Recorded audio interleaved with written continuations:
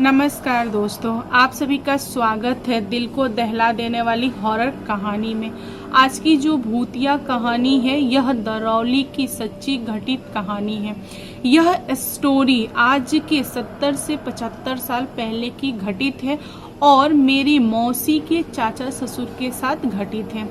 मौसी के चाचा ससुर के ऊपर 2 आत्माएं आ गई थी और उन आत्माओं ने उनका हाल एकदम से बेहाल कर दिया और उनका जो दिमाग था वह खराब हो गया।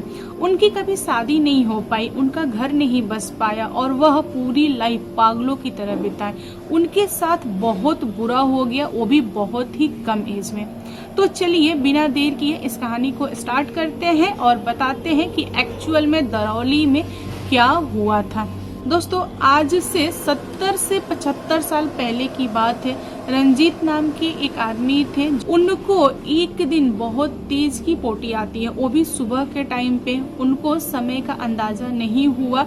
उन्होंने लालटेन जलाया क्योंकि रोशनी वगैरह तो थी नहीं पहले, और लोटा में पानी लिया। उसके बाद वे चल दिए खेत की तरफ। वे खेत की तरफ जा रहे थे लेकिन प्रेशर इतना ज्यादा था कि उन्होंने सोचा कि यही नदी के पास में बैठ जाता हूँ, क्योंकि खेत में जाऊंगा तो मैं होल्ड नहीं कर पाऊंगा, शायद उनका पेट वगैरह खराब हो।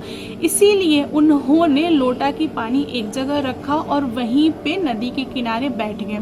बरसात का समय था, गंगा जी के अंदर बहुत ज्यादा पानी हो गया था, इसीलिए गंगा जी ने बहुत दूरी तक अपना प्रकोप डाला हुआ था, यानी कि बाढ़ वगैरह आया था।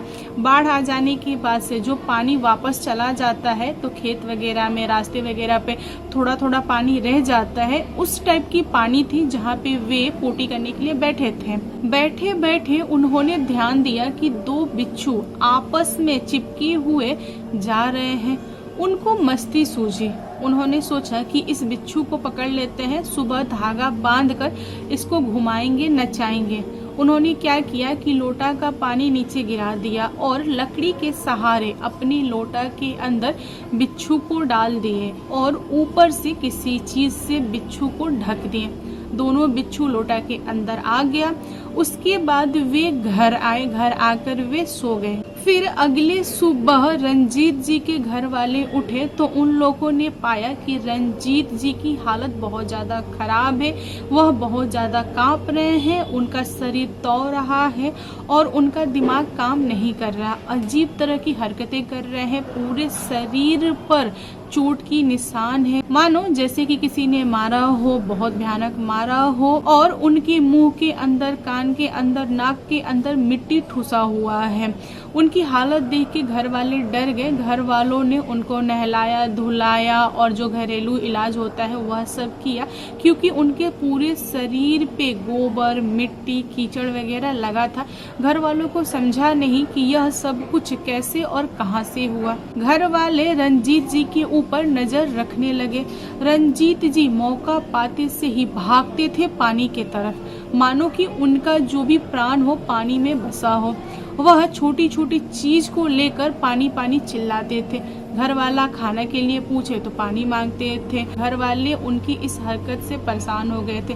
घर वाले रंजीत जी को बांध के रखना स्टार्ट कर दिए, लेकिन उनके अंदर इतनी ताकत थी कि वह रस्सी तोड़ देते थे, जंजीर तोड़ देते थे और भाग जाते थे पानी के लिए। जहां उनको पानी मिल जाता था वहां पर वह अपना पूरा का पूरा सर धंसा लेते थे, मानो कहीं मिट्टी पर थोड़ा सा पानी हो, 1 गिलास पानी गिरा हुआ हो, वहां पर वह उल्टा लटक जाते थे और पूरा का पूरा सर मिट्टी के अंदर डाल देते थे।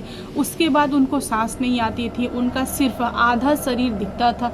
अगर किसी की नजर पड़ी तो मिट्टी को खोद कर उनको निकाला जाता था। घर वाले इस चीज से बहुत ज्यादा परेशान थे, लेकिन उनके पास कोई हल नहीं था। हर रोज रंजीत जी कुछ ना कुछ नया नया कांड करते थे। घर वाले हमेशा रंजीत जी के पीछे पड़े रहते थे। एक दिन की बात है, उन्होंने खुद को नाला के अंदर डुबो लिया था। एकदम बुरी तरह से डुबोया था। अच्छा हुआ था कि उनकी भाई की नज़र उनके ऊपर पड़ गई, तो लोगों को इकट्ठा करके गांव वालों ने नाला को तोड़ा, उसके बाद उनको निकाला, देन वे बाहर आए। एक दिन की बात है, रंजीत जी को मौका लगा, वे भागे नदी के तरफ और दरौली में गंगा जी है, गंगा जी के अंदर उन्होंने छलांग लगा दी। उसके बाद खुद को मिट्टी के अंदर धंसा लिया। गंगा जी के अंदर बहुत ज्यादा बालू था, मिट्टी था, इसीलिए वह पूरा का पूरा अंदर धंस चुके थे। उनको ढूंढने के लिए पूरे गांव के लोग नदी में कूद गए। पता नहीं कैसे लोगों ने उनको बचा के बाहर निकाला।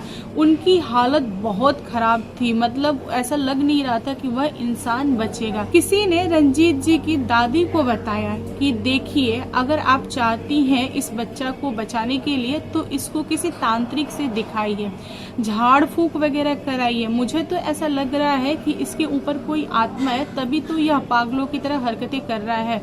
आप लोगों ने कभी नोटिस किया है, इसको सिर्फ पानी चाहिए जीने के लिए। यह बहुत दिनों से सिर्फ और सिर्फ पानी ले रहा है। कभी खाते हुए देखा है आप लोगों ने? कभी खाना नहीं खाता है, फिर भी यह जीवित है। अंदर से तड़प रहा है, दर्द से करा रहा है, हर कुछ टाइम पे पानी मांग रहा है। इसका मतलब इसके ऊपर किसी ने कुछ किया हुआ है। तो आप लोग सतर्क हो जाइए। अगर इसे बचाना है तो मात्र एक ही उपाय है कि इसे दिखाइए तांत्रिक से। तब रंजीत जी की दादी ने तांत्रिक वगैरह का पता लगाना स्टार्ट किया। उनको किसी तांत्रिक के बारे में पता चला, फिर वह अपने बेटे को लेके पहुंची तांत्रिक के पास। रंजीत जी को देखते से ही तांत्रिक समझ गया कि इनके ऊपर बहुत भारी आत्मा है। तब तांत्रिक ने अपना झाड़ फूक वगैरह किया। उसके बाद उसने आत्मा से बात किया और पूछा कि कहाँ से आए हो, आखिर क्यों पकड़ा है, इसने क्या गलती किया है, क्यों इसे सता रहे हो, कब छोड़ोगे। तब आत्मा ने बताया कि देखो, मैंने इसे जानबूझ के नहीं पकड़ा, और दूसरी चीज कि इसने मुझे खुद इनवाइट किया, इसीलिए मैंने पकड़ा है। इसने मुझे पहले परेशान किया, इसीलिए मैंने पकड़ा है। तांत्रिक पूछा कि कैसे इसने तुम्हें इनवाइट किया, कैसे तुम्हें परेशान किया, खुल के बताओ, यहाँ पर बुझावल मत बुझाओ। तब उस आत्मा ने बताया कि देखो, हम पति पत्नी दोनों जा रहे थे अपने रास्ते से। इसने हमें पानी से निकालकर लोटा में कस लिया, उसके बाद घर पे लेके आया। फिर इसने लोटा से ढक्कन हटाया, और जैसे ही ढक्कन हटाया, मेरा तो पारा बहुत ज्यादा गर्म था, क्योंकि बहुत टाइम से मैंने पानी को नहीं देखा था, मैं पानी के अंदर नहीं था, इसीलिए इसके शरीर में प्रवेश कर गया और इसके शरीर के माध्यम से मैं पानी लेता गया। और मेरा गुस्सा इतना ज्यादा था कि मैं इसे छोड़ना नहीं चाहता, मैं इसे तड़पाना चाहता हूँ, मैं इसे इतनी आसानी से नहीं मारूंगा। फिर तांत्रिक ने उस आत्मा को समझाया और बोला कि देखो, यह बच्चा है, इसको नहीं पता था, यह खेलने के लिए तुमको उठा लाया, तुम लोग भी तो भेष बदल के घूम रहे थे ना, इसको क्या पता, तुम लोग ओरिजिनल भेष में होते तो यह डर के मारे भाग जाता। इसने खेलने के मकसद से लाया है, सो इसे माफ कर दो, इसे जो भी गलती हुई है भूल जाओ, छोड़ दो। लेकिन वह आत्मा हार मानने के लिए तैयार नहीं था। फिर आत्माओं ने बताया कि देखिए, बहुत टाइम से हम गंगा जी में रह रहे हैं, हमने कभी भी किसी का कुछ भी नहीं बिगाड़ा, हमने कभी किसी को पकड़ा नहीं, क्योंकि हम बुरे आत्मा नहीं हैं, हमें किसी से मतलब नहीं होता है, हम सिर्फ और सिर्फ अपने में खुश रहते हैं। लेकिन इसने क्या किया, इसने जबरन पकड़ा है। और रंजीत जी के अंदर एक नहीं 2 आत्मा था, मतलब हस्बैंड वाइफ दोनों उन्हीं के बॉडी में थे, इसीलिए दोनों मिलकर उनको तड़पाते थे। तांत्रिक के बहुत बार रिक्वेस्ट करने पर उन दोनों आत्माओं ने बोला कि ठीक है, छोड़ देंगे, लेकिन आगे से ध्यान रखना कि यह किसी के साथ कुछ ऐसा ना करे। तांत्रिक बोला कि ठीक है, प्लीज छोड़ दो, बहुत ज्यादा मेहरबानी होगी। फिर उन दोनों आत्माओं ने रंजीत जी के मुंह से निकले और एक धुएं की तरह निकल के वे फिर गंगा जी के पास चले गए और जैसे रहते थे पहले वैसा ही रहने लगे। इधर रंजीत जी जब होश में आए तो इनका दिमाग काम नहीं कर रहा था, यह दिमाग से अधकपारी हो गए थे, जिसका मतलब होता है कि आधा पागल हो गए थे। कभी कभी सही रहते थे, कभी कभी यह अजीब हरकतें करते थे, क्योंकि जो आत्माएं थी इनको हमेशा मिट्टी में बालू में धंसा के रखते थे, इसीलिए इनके दिमाग पे बहुत ज्यादा असर हुआ। बहुत ज्यादा आत्माओं ने मारा था, पीटा था, अंदर से तड़पाया था, इसकी वजह से। और आगे चलकर उनकी शादी नहीं हुई, इसीलिए उनका घर परिवार वगैरह नहीं बचा। वह काफ़ी टाइम तक जीवित रहे एंड देन बाद में दुनिया छोड़े, मतलब पूरी आयु कंप्लीट करके ही दुनिया छोड़े।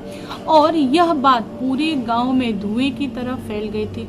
लोग सतर्क हो गए थे, क्योंकि गांव में क्या होता था कि पहले के समय में बाथरूम वगैरह नहीं होता था। इसीलिए लोग क्या करते थे कि लालटेन ले लेते थे, टॉर्च ले लेते थे, लोटा में पानी ले लेते थे और सुबह शाम बाथरूम के लिए बाहर जाया करते थे खेतों में। लेकिन धीरे धीरे यह सारी चीजें खत्म हो गई और पहले के समय में गांव में बहुत ज्यादा आत्माएं दिखती थी अंधेरे में। अभी तो रोशनी हो गई है इसलिए आत्माएं कम दिखती हैं। पहले की आत्माएं बहुत ज्यादा पावरफुल होती थी। दोस्तों, दरौली में यह बात सब जानते हैं कि जो बिच्छू बन के घूम रहे थे दोनों आत्माएं, वे हस्बैंड वाइफ थे और मछुआरे थे। एक दिन की बात है, मछुआरा जो है वह अपनी वाइफ को ले जाता है नहलाने के लिए। नहान का समय था और उसको भी नहीं पता चला था। वह भी सुबह सुबह चला गया था नदी के किनारे नहाने के लिए, लेकिन उसने पाया कि जो नदी का किनारा है वह बहुत ज्यादा गंदा था। इसीलिए उसने अपनी वाइफ को बोला कि एक काम करो, तुम मेरी नाव पे बैठो, मैं तुम्हें उस पार ले जाता हूँ, उधर अच्छा पानी मिलेगा, नहा लेना और नहा कर आ जाना नाव से। जो मछुआरा था उसको नाव चलाने आता था, इसीलिए उसने अपनी वाइफ को नाव पे बैठाया और लेके जा रहा था उस तरफ। लेकिन बीच में कुछ बुढ़वा थे, उन लोगों ने इनकी नाव को पलट दिया और दोनों पति पत्नी को अंदर डुबो के मार दिया। जैसे ही बुढ़वा ने इन दोनों को मारा, ये दोनों भी बुढ़वा बन गए। बुढ़वा यानी कि जल पिशाचनी। उस दिन के बाद से ये लोग उसी रूप में घूमते थे, किसी को परेशान नहीं करते थे। लेकिन यहाँ पर रंजीत जी की एक छोटी सी गलती के वजह से इन दोनों ने उनको पकड़ लिया था। बाद में रंजीत जी को छोड़ भी दिया था, लेकिन आधा पागल करके छोड़ा। तो दोस्तों, इस पर आप लोग का क्या कहना है कमेंट करके बताइएगा। कहानी पसंद आए तो प्लीज लाइक एंड शेयर कीजिएगा और मेरे चैनल पे न्यू आए हो तो चैनल को सब्सक्राइब करना। Thank you, bye bye.